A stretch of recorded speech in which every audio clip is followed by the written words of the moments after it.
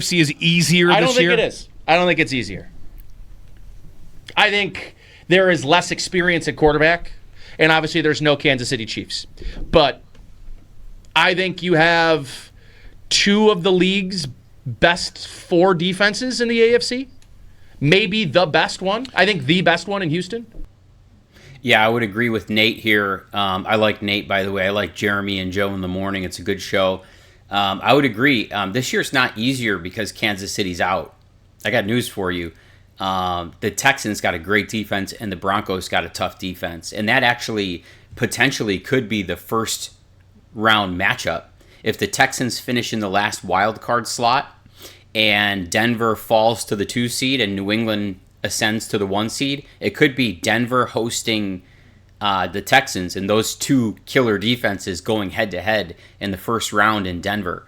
But yeah, I would agree. This year's playoffs are not going to be easier. There's still a lot of work to be done. Houston's the best. Denver's right behind. Denver's very good. The other two are playing tonight. The Rams. Jacksonville's pretty good. Their defense is pretty good. Yeah. They lead the league in turnovers, I think. Jacksonville is one of those teams. It's like they won't be taken seriously as a franchise until they make a Super Bowl or maybe get to an AFC Championship game again. So true. Because they have been very good in the last 2 months. Really good. Been good. Yeah. Like Trevor Lawrence has been really good. Yeah. And they've got, if you look at that team, There's talent. There's a lot of talent. There's not one thing you're like, they don't have that. No, if you look at like EPA offense and defense, like they're both good. Jacksonville, they haven't really beaten anybody. You could kind of give Jacksonville The New England treatment? Yeah, a little bit. Yeah.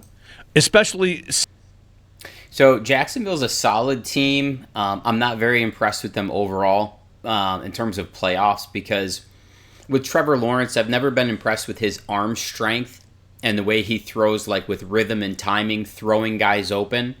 Personally, I think when the Jaguars come up against a good defense, and there's a lot of them in the playoffs, Houston's got a great defense, Denver's got a great defense, New England's defense is solid, coached by Mike Vrabel. Maybe not the highest ranked, but they're a good defense. And I got news for you. Even though Buffalo lets up a lot of rushing yards, we've got maybe, I think, the top-rated pass defense in the NFL. And when McDermott's not playing conservative and he blitzes and brings pressure instead of sitting back, conservatively playing vanilla, rush 4, let's see if the guys can get home first type of defense. When he brings the blitz, when he brings pressure, our defense is a menace. So there is a lot of good defenses. I don't think Trevor Lawrence is really, especially in cold weather games when the ball's harder to throw downfield, with the wind and with the conditions, and the ball is harder. It's like a rock. It's trying to throw a rock in the snow and the cold. I'm not really too impressed with Trevor Lawrence until he proves it. To me, he's got to prove something before I'm impressed with him. In this run where they've gotten hot. Pretty sure they're going to have to beat Houston twice here down the stretch, no? No. Is it just once? They play them once. Okay. They don't play them again. They played Denver, Indy, and Tennessee. They lost to Houston 36-29 in the goofiest loss you've ever seen in your life, and they beat them earlier in the year. That was the fumble play. It was really weird. I think they blew a lead or something. They've got good receivers. But anyway, good run game. Here's Jacksonville's last 7 games. Okay. Since losing to the Rams 35-7. Wow.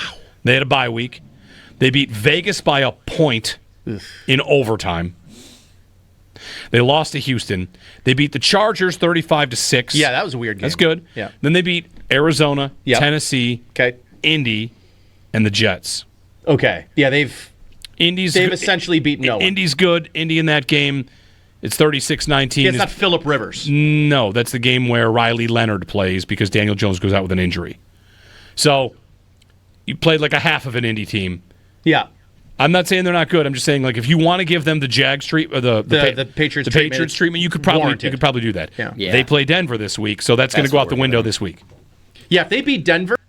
Yeah, that's what we're going to give them, the Patriots treatment until they prove it. If they got to play Denver and they got to play Houston, we'll see what they're about before the playoffs get started. But they haven't really beaten anybody. New England really didn't beat anybody either. But look, I mean, at the end of the day, New England's got 11 wins. They lead the division in the AFC East, and they did beat Buffalo in the first game on the road. So, it is what it is. They won a lot of games. So whoever wins that game is going to be talked about as immediately thought of as like a real. Yep. This team can do it. I think. I would agree.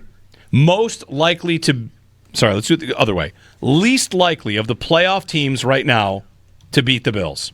The playoff teams are, of course, Broncos, Patriots, Bills, Steelers, the Jags, seed, the Texans, Colts. Can we just throw the Ravens in? We can throw the Ravens. The Ravens in instead. Steelers, Ravens, Jags, least likely. Least likely to defeat the Buffalo Bills. Let's not go by seeding. Let's just say the Bills had to play all these teams. The least likely to beat the Buffalo Bills. Pittsburgh. Definitely. By a lot. Yep. Yeah. Second least likely to beat the Bills of the playoff field. If it was the Ravens, I'd say the Ravens. The Chargers. Disagree. Not with Harbaugh coaching them. Their offensive line is so bad. It's so bad. Maybe. And I just don't think if I didn't say the Chargers, I meant to.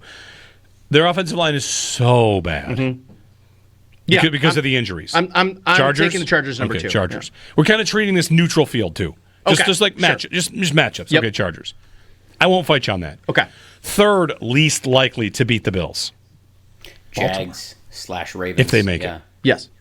But we're assuming they're making it over Indianapolis. Yeah, I agree. Baltimore. Next. The teams left are Broncos, Patriots, Jags, Texans. Jags. And then Patriots. Least likely. Most likely. Broncos, Jags, Patriots, and then Patriots. Texans, Jags. Of that group, I think which the is Jags. least likely. I think the Jags is the next team. I think the answer is New England.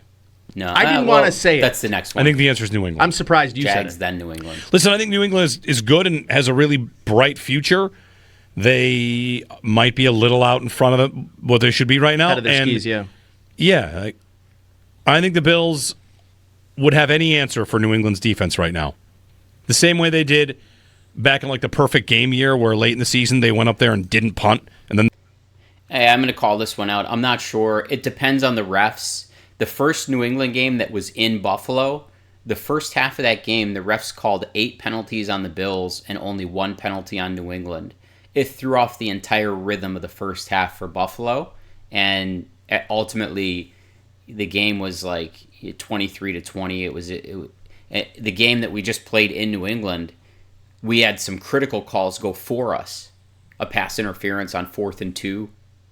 I mean, there were some critical calls the refs made for us. The New England and the Bills are very close, and they know each other very well. Both very well coached teams. I wouldn't put New England there because with New England it can be a coin flip depending on how the refs go that day. they met in the playoffs and they didn't punt. Like, I think the Bills would have all of the answers for the Patriots offense. So then the Jaguars defense. are next. It comes to Jaguars, Broncos, Texans. I think Jaguars are next. Do I want to agree with that?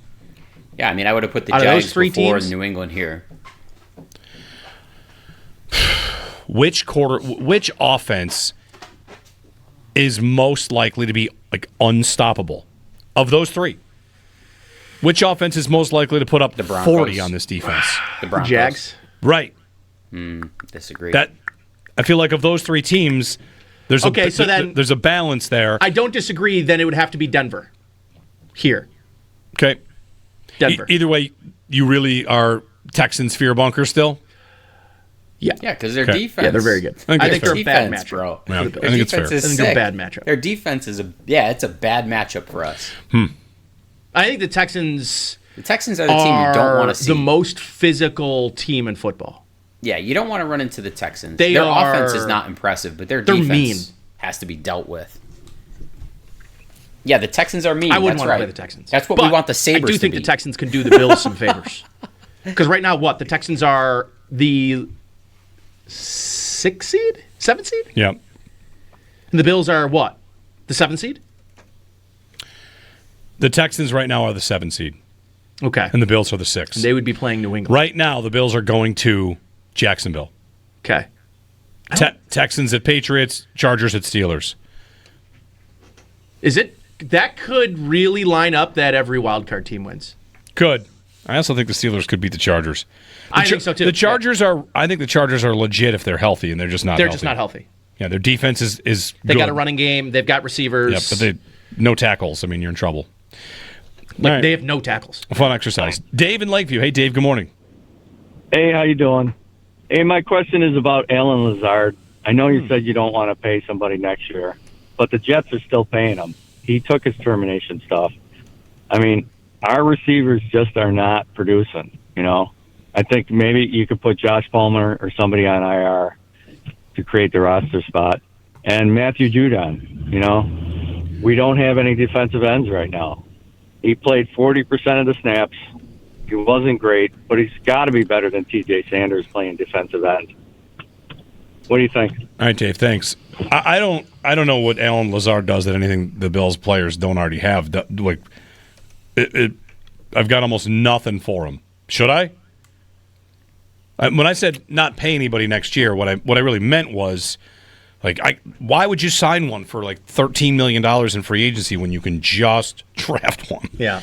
Like, it's so easy. But Alan Lazard is... Yeah, that's the biggest problem I think the Bills have, right? They do not want to invest draft capital in young wide receivers. Because of the way that their offensive philosophy is under McDermott, it's a ground and pound, ball control, slow down the game, limit the number of possessions each team has. Young wide receivers are not going to fit this offense. Look at Keon Coleman. He hates this offense. At first, when you get drafted, you're like, oh, I'm going to go play with the league MVP, Josh Allen. This guy's a maniac. He's so good. And then they get here and they realize that Sean McDermott, wants to throw them the ball like maybe 1 to 2 times per game and wants them maximum effort blocking downfield every play. We're going to look at you under a microscope on film and see if you're really going hard every play. Young receivers in the draft don't want to come to Buffalo. And when they get here, they're going to act like Keon Coleman. They're going to skip meetings and they're not going to give a damn because the weather's cold, because they don't get the football. They're playing with a great quarterback who doesn't throw them the football enough because he doesn't trust them, which is, coach speak for we saw you weren't blocking downfield on film, enough. And this is why the Bills, they always pass on the speed receivers too. The elite speed guys, they tend to be smaller guys, 150, 160 pounds. They're not going to be running downfield doing love of the game routes where they're clearing out for everybody underneath and blocking guys downfield and not catching the ball and not getting to show they're a superstar. Guys are coming into this league wanting to make money. And, you play those kind of games, the Bills use high draft capital on receivers, and they're going to get more Keon Colemans. Like a possession receiver that... They've got 3 Alan Lazards already. Alan Lazard, as recently, like Matt Harmon, Reception Perception, who I use a lot he charts receivers. In 2022, Alan Lazard was a bottom 10 percentile guy separating against man and zone and press. There's nothing there that I have any interest in. You have him. His name's Keon Coleman. Lazard would be more likely to go play for Pittsburgh with his old quarterback, Aaron Rodgers. He's big. He's like 6'6". Oh, yeah? Yeah, he's big. Is Coleman getting benched this week? Or scratched? Not benched, but scratched. What's it matter? Gabe back in instead Twice a game. I was really surprised. I was also Gabe surprised. came out of the lineup. Really surprised. I mean, not that it's going to make a big, huge material difference. I was just kind of surprised. Like that's the guy that they love and they want to reward hard work. And I was just surprised. I wonder too how long the Brandon Cooks thing lasts. He's not really been good. I mean, the drop hurt. Yeah. He is hurt as well. He was on the injury report. The drop hurt, but he's got the shoulder injury. And but Cooks is a veteran guy. He is old. He's not as good as he used to be. He's just fast enough. Aren't we all old and not as good as we used to be? Yes. Keep him. It describes a lot of things. Yeah, he's been underwhelming so far. Not really sure what I expected. Then again, from he's him, like getting separation. Yeah. That's happening. If he just caught the one against New England, we might be saying like, nah, you keep him. Great new addition. No, you got to keep Cooks because eventually you're going to play in a Super Bowl in a dome. Maybe. No, keep Cooks. I'd be surprised. It depends how much they really care about keeping Keon Coleman in the lineup. Right. Because I think he is potentially serviceable, usable. Yes, And I don't really he think is. that about Coleman on the outside. No.